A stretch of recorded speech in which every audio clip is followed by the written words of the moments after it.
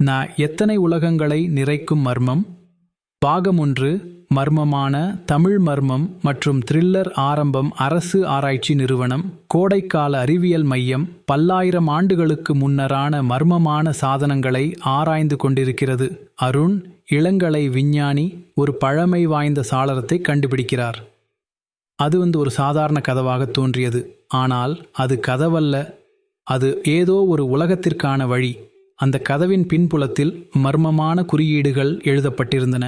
நீ இதை திறந்தால் பல உலகங்கள் ஒன்றாக சேர்ந்துவிடும், ஆனால் அது உன் முடிவாக இருக்கலாம்.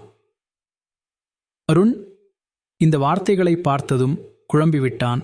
ஆனால் அறிவியலுக்கு அடங்காதவனாக அவன் கதவை திறந்துவிட்டான். முக்கிய பாத்திரங்கள்.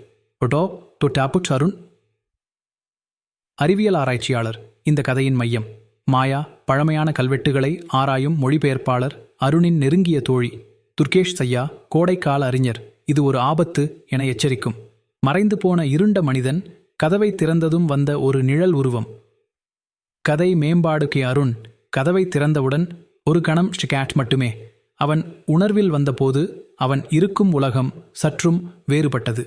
அவன் முன்னால் இருந்த புத்தகங்கள் பல நூற்றாண்டுகளுக்கு பழமையானவை. தொலைவில் கோடைக்கால இந்தியாவைப் போல் தோன்றும் நகரம். ஆனால் அதே நேரத்தில் சில ரோபோக்கள் நகர்ந்து கொண்டிருந்தன. இது எப்படி சாத்தியமாகும்? அவனுக்கு தெரியவில்லை. ஆனால் ஒரே மறைந்த மர்மம் அவனை அழைத்து கொண்டு போய்கொண்டிருந்தது. கதையின் திருப்பம். அவன் செவிகளில் ஒரு குரல் கேட்டது. நீ திரும்ப விரும்பினால் உன் உண்மையான உலகத்தை மறக்க வேண்டியிருக்கும். அருண் திரும்பி பார்த்தான். அங்கு இருந்தது ஒரு நிழல் மனிதன். அவன் முகம் தெரியவில்லை, ஆனால் அவனது குரல் நைட்டோ அருணின் உள்ளத்தை சிதைக்கும் விதமாக இருந்தது. அவன் எங்கிருக்கிறான்? இது உண்மையா, கனவா? அவன் திரும்ப முடியுமா? கதை முடிவு. பாகம் 1. அருண் கதவை திறந்த ஒரே கணத்தில் அவன் வாழும் உலகமே மாறிவிட்டது. இது ஒரு புது உலகமா, அல்லது அவன் உண்மையிலேயே பல உலகங்களில் சிக்கிவிட்டானா? பாகம் 2. இந்த மர்மம் எங்கே கொண்டு செல்லும்? அவன் எத்தனை உலகங்களில் சென்று முடியும்?